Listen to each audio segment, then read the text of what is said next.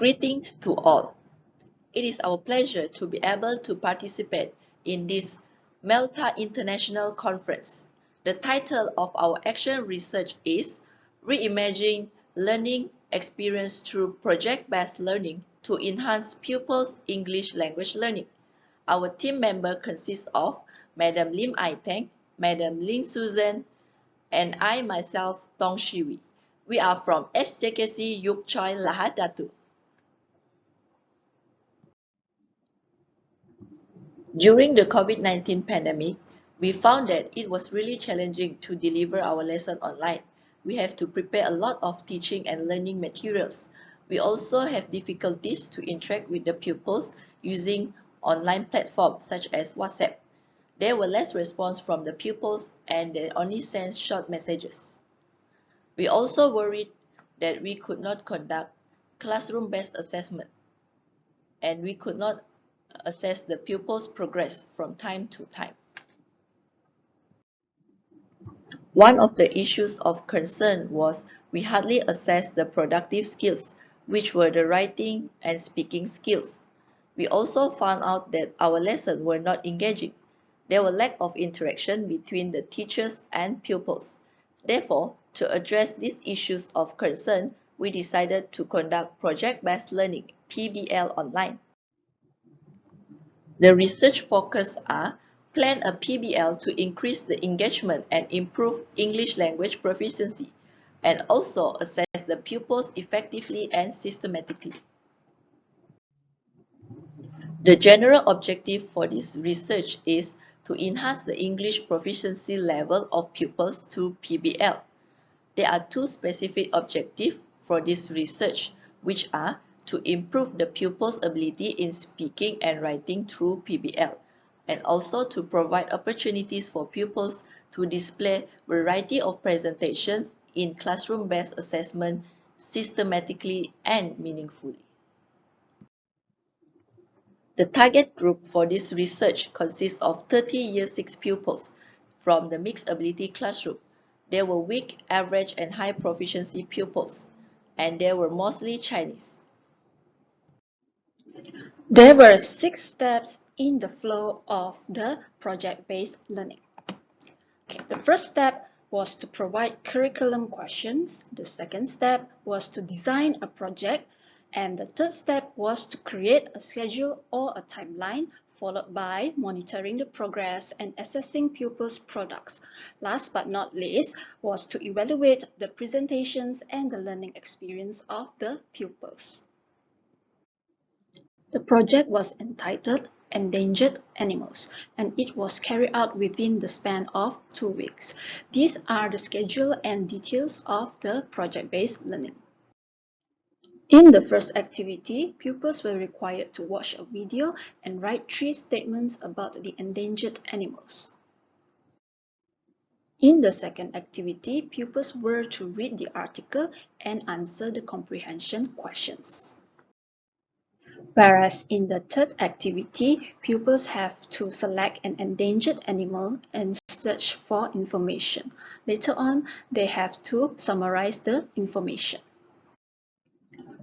Followed by the fourth activity, whereby pupils have to transfer the information into scrapbook, posters, PowerPoints, and other artifacts such as animations. At the end of the project, pupils were to record a video and do a presentation of their learning. This is our data collection.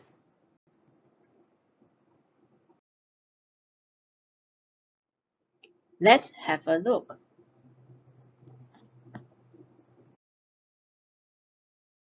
We use Google Jamboard for brainstorming purpose. We ask essential questions such as, how can animals live safely? These were the responses from our pupils. One of the pupils answered, animals can live safely if we don't burn the forest and stop illegal poaching. One of the pupils chose posters for her writing task. As you can see, she can summarize the information well accordingly. She chose Malayan tiger. The other example of the poster was orangutan.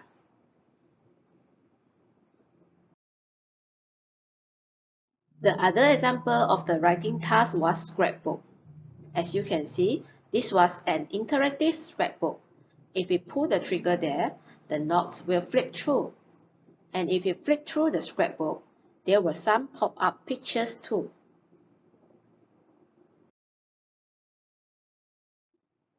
Besides, there were pupils who chose PowerPoints. From here, teachers can assess their speaking and writing skills. It was also a good opportunity for them to improve their ICT skills. In addition, some pupils chose to do animation for the presentation. For example, this boy was shy to speak in front of the camera. Therefore, he created a cartoon character to represent himself. And he did a voiceover to talk about koala.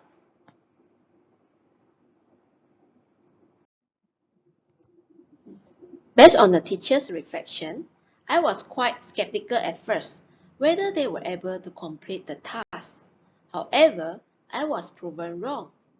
Pupils were actually able to learn if the correct teaching and learning strategies were being used.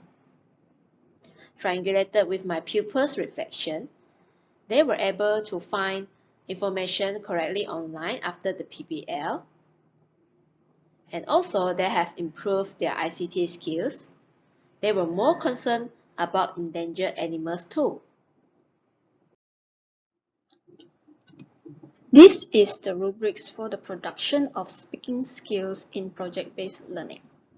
In this rubric, there are content standards, learning objectives, and performance standards. By the end of the project-based learning, pupils will be able to talk about the endangered animals. There are 6 bands in the performance levels, band 1 to band 6. In the lowest performance levels, pupils can talk about the endangered animals with a limited amount of accuracy and fluency, whereas in the highest performance levels, which is band 6, pupils can talk about the endangered animals at an excellent level of accuracy and fluency. This is another rubrics for the production of writing skills in project-based learning. By the end of the project, pupils will be able to plan, produce, and display their products. At the lowest performance levels, pupils can demonstrate a limited amount of ability to plan, produce, and display their product of learning, whereas in the highest performance level, pupils can demonstrate an excellent ability to plan, produce, and display their products of learning. We created a form for assessment. Different marks were allocated for different activities. Teacher can refer to the table to give marks and performance level. Overall, the pupils had improved themselves after the implementation of PBL. In March, we had 3 pupils who obtained TP2. However, in May, we had 3 pupils who had obtained TP6. As a conclusion, a well-planned project-based learning can motivate students in learning English through real-life authentic learning contexts. Teachers can carry out classroom-based assessment effectively, as we need to observe and record the pupils' learning progress throughout the PBL. For future research, we would like to integrate PBL with language, ICT, and STEM, as we believe that multiple disciplines allow students to apply their knowledge to new situations, resulting in a deeper learning experience. We would like to end our presentation with a quote by Professor Low.